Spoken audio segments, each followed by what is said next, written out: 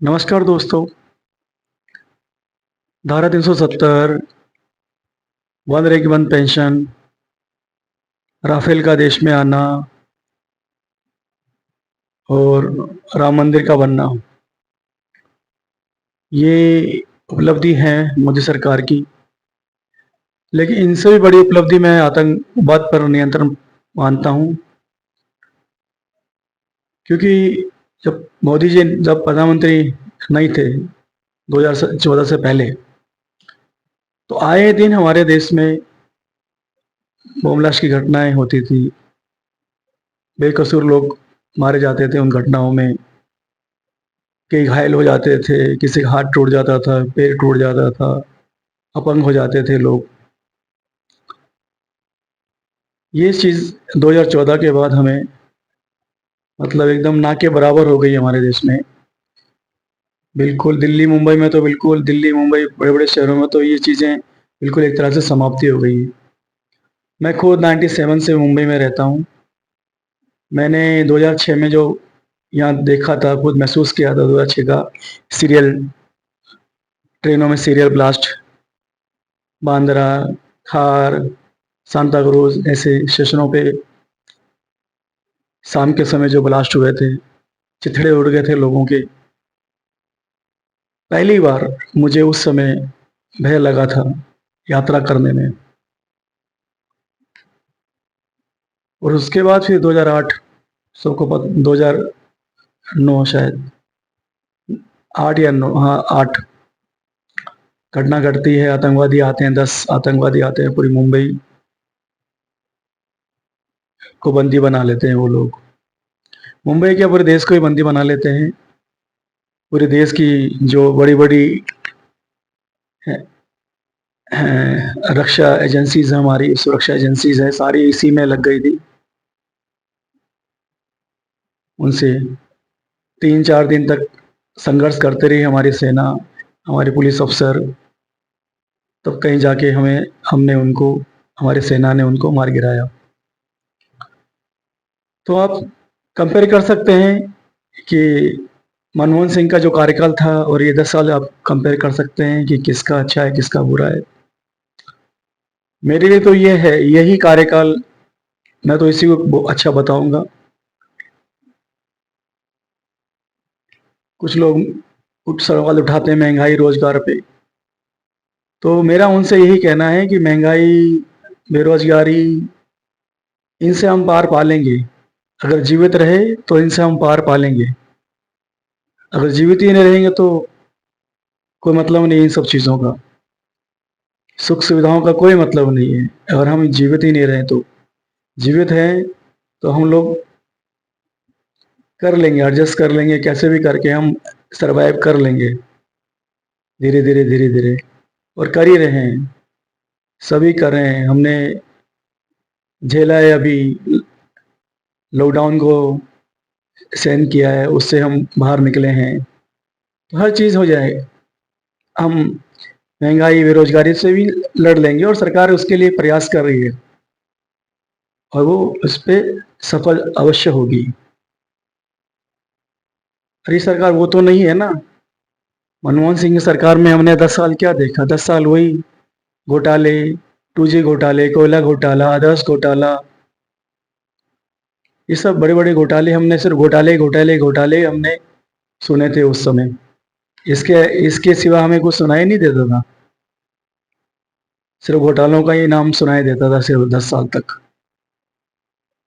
आज राम मंदिर, one rank one pension, 2-3 धारा 370 हैं, ये सब हमें सुनाई पड़ रहा है, दिखाई दे रहा है।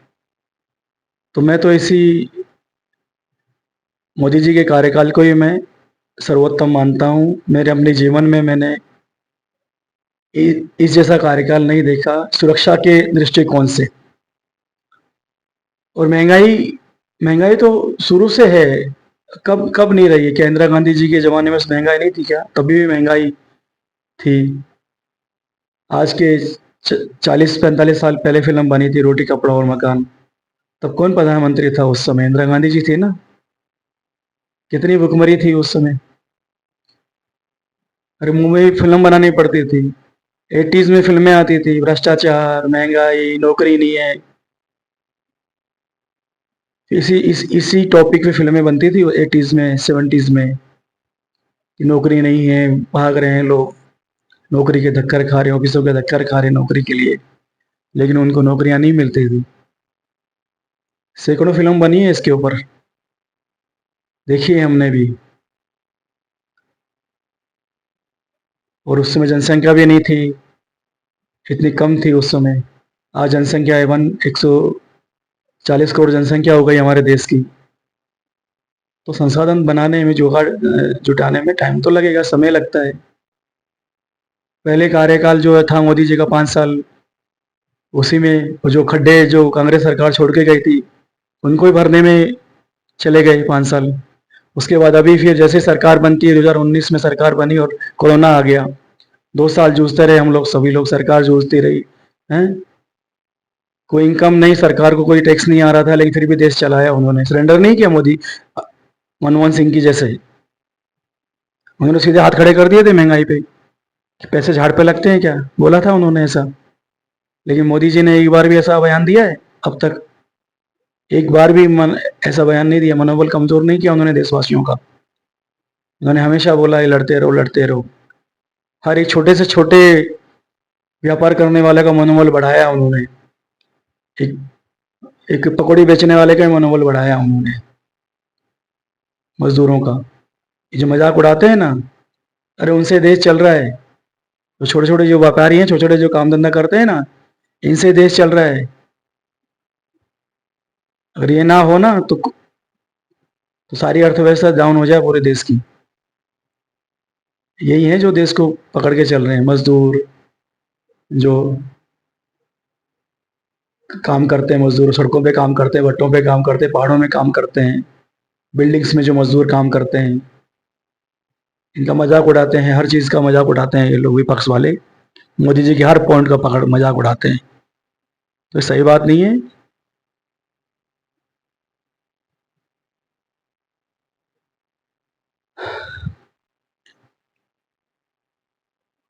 तो मेरा तो यही आग्रह है, और खासकर जो अभी जो पहली बार जो मत देंगे उनसे मेरा आग्रह है, रिक्वेस्ट है उनसे, कि बहुत सोच समझ के मतदान कीजिए। कि आपने ये 10 साल देखा है, लेकिन वो 10 साल नहीं देखा, वो नहीं महसूस किया मनमोहन सिंह जी का 10 कार्यकाल। अगर वो आप रहते तो आप, पता लगता आपको क्या क्या उसमें घटनाएं घटी हैं।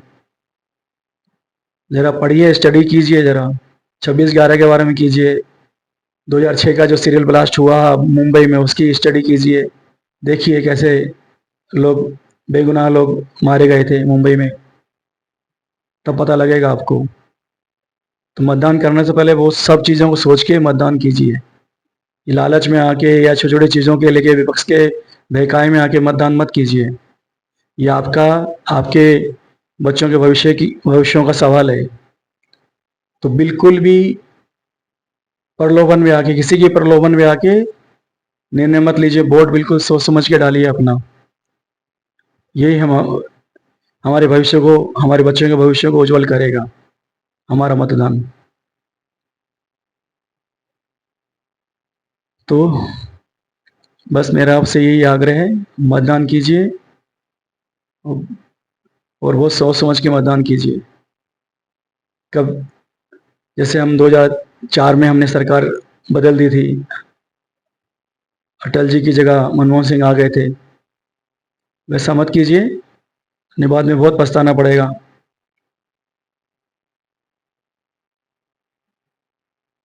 बस यही आग्रह है मेरा, मतदान कीजिए, देश हित में, राष्ट्र हित में कीजिए। अपने निजी हितों को तिलांजलि दे दीजिए, बिल्कुल भी अपने पर्सनल इश्यूज को साइड में रख दीजिए। बस देश को सामने रख के अपना निर्णय लीजिए, और मतदान बिल्कुल सही जगह कीजिए। और मैं तो ये कहता हूँ कि मोदी जी के हाथ मजबूत कीजिए। मोदी जी के हाथ मजबूत होंगे तो हमारा देश मजबूत होगा।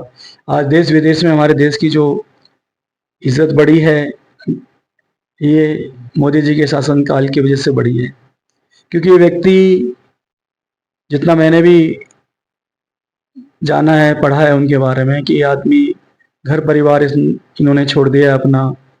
इनकी ज़िंदगी केवल देश के लिए है और धर्म के लिए। पूरा संपूर्ण जीवन ये देश के लिए जी रहे हैं, हमारे लिए जी रहे हैं और हमारे लिए ही एक दिन ये इस दुनिया से चले जाएंगे हमारे। और ऐसे ऐसे व्यक्ति नहीं मिलेंगे, बार बार नहीं मिलेंगे। इसलिए इनको मजबूत कीजिए, इनको फिर से विजय बनाइए मोदी जी को।